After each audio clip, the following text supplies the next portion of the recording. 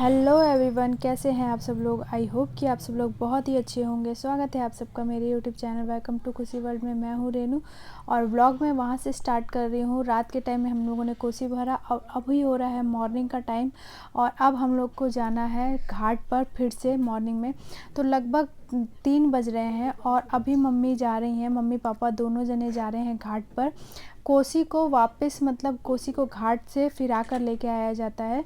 तो अभी मम्मी जा रही हैं, कोसी को लेके जाएंगी और वहाँ से घाट पे से फिरा के लेके आएंगी। उसके बाद वो नहा धो के रेडी होंगी, उसके बाद मैं रेडी होंगी और मुझे हो जाएगा थोड़ा सा लेट क्योंकि बाबू उठ गया है।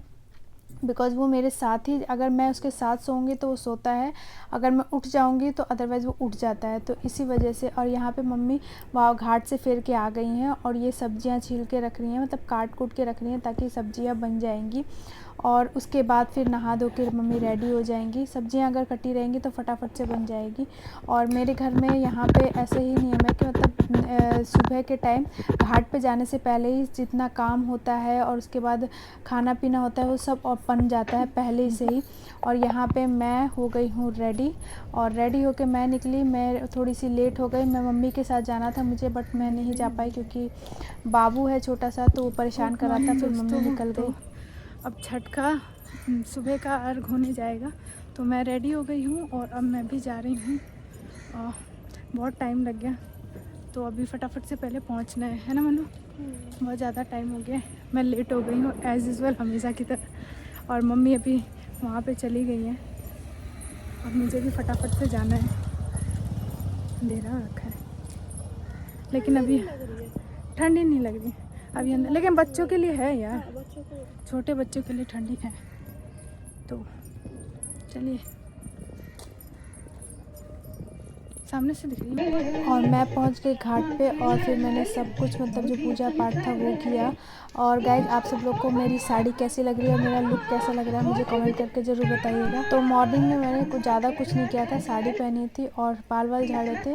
और क्योंकि सुबह में इतना टाइम नहीं होता है कि आप मेकअप कर सको और हमें फटाफट से बस रेडी होना रहता है। तो मैं फटाफट से साड़ी पहन के रेडी हुई थी, नहा धो के रेडी हुई थी। और कैसी लग रही हूँ मुझे कमेंट करके ज़रूर बताइएगा। और ये साड़ी कैसी लग रही है, यही साड़ी थी जो मैंने छठ के लिए ली थी और इसको मैंने अपने पहले ब्लॉग में आप सब लोग को दिखाया ही था।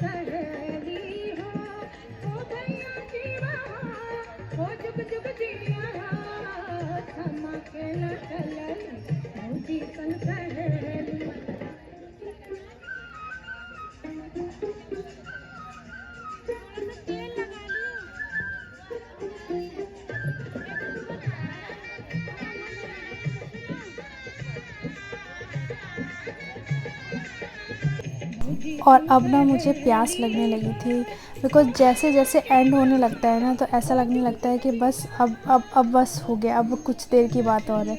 और सूर्य देवता आज निकलने में बहुत टाइम लगा देते हैं। आज मुझे एहसास हुआ कि मतलब सूर्य देवता जिस दिन कोई त्यौहार रहता है ना, सूर्य देवता या चाँद वो जल्दी निकलता ही नहीं है, ऐसे ही होता है। और आज के दिन भी सूर्य देवता से अर्ज़ किया जा रहा था, लेकिन वो है कि निकल ही नहीं रहे थे। और यहाँ पे बाबू उठ गया था, फिर से वापस रास्ते में आते आते सो गया था। ये कौन है? मेरी बड़ी दीदी की बेटी है।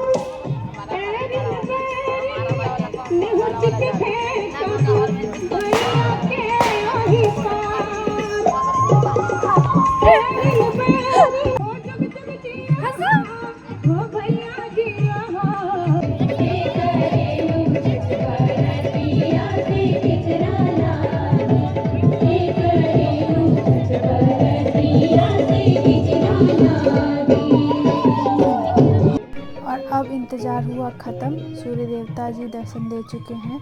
और जब तक सूरज को देखते नहीं हैं, सूर्य देवता को देखते नहीं हैं, तब तक आप अपना व्रत नहीं अर्घ नहीं दे सकते। तो मॉर्निंग का टाइम हो गया है और अब हम लोग अर्घ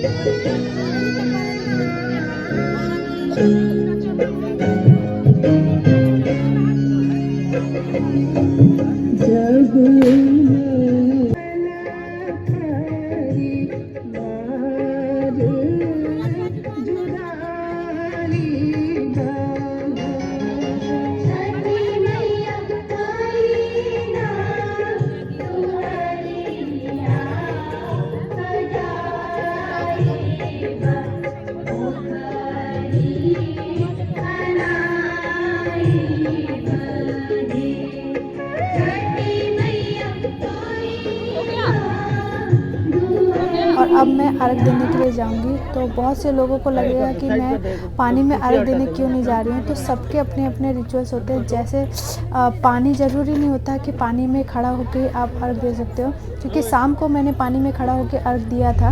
इसीलिए अगले दिन मैं जो वहाँ का पानी होता है उसे लेके आप अर्घ दे सकते हो। और इसीलिए अब पानी में बहुत ज़्यादा भीड़ थी, इसीलिए मैंने और मम्मी ने दोनों ने बाहर में अर्घ दिया।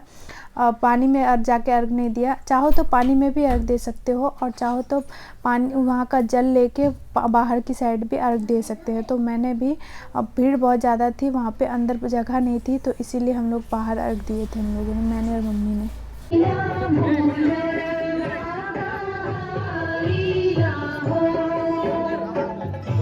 उसके बाद जो मेन होता है वो होता है ये सिंदूर, जो सभी को आपस में लगाया जाता है। और ये नाक से सिंदूर किया जाता है और इसकी भी बहुत सारी मान्यताएं हैं।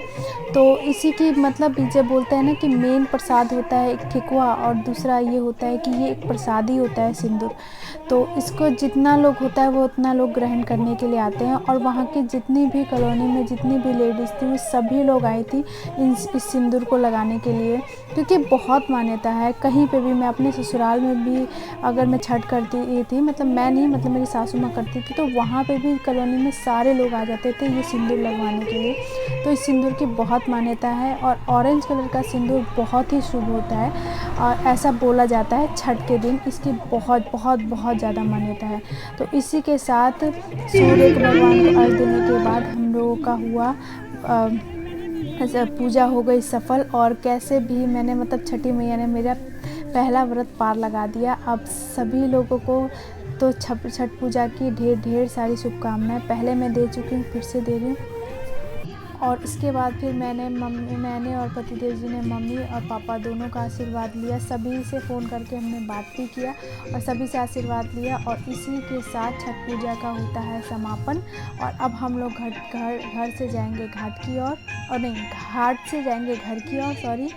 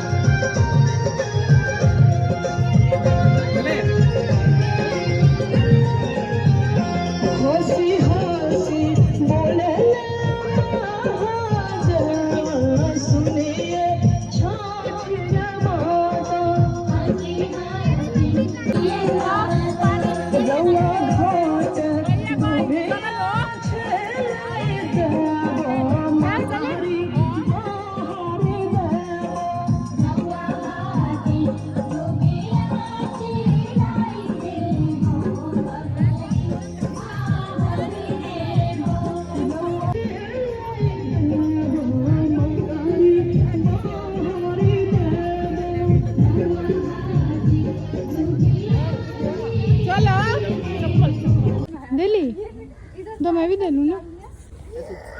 यानी काय खुला छोड़ रखी मेरा चार्ज खत्म हो गया।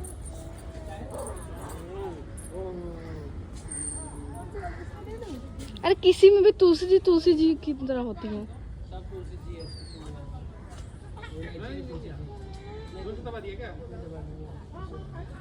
इलायची में बस मत डालना।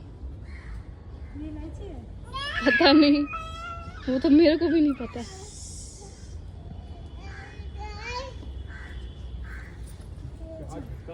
घाट से आने के बाद मैंने और मम्मी ने खोला अपना व्रत, वो भी अदरक और गुड़ के साथ। तो इसी के साथ ब्लॉग को मैं करती हूँ यहीं पे एंड, और ब्लॉग को आप लोग ढेर सारा प्यार दीजिएगा। मिलती हूँ नेक्स्ट ब्लॉग में, तब तक के लिए टेक केयर, बाय बाय। और हाँ, चैनल को सब्सक्राइब करना बिल्कुल मत भूलिएगा और वीडियो को लाइक भी कर दीजिएगा। ओ भाई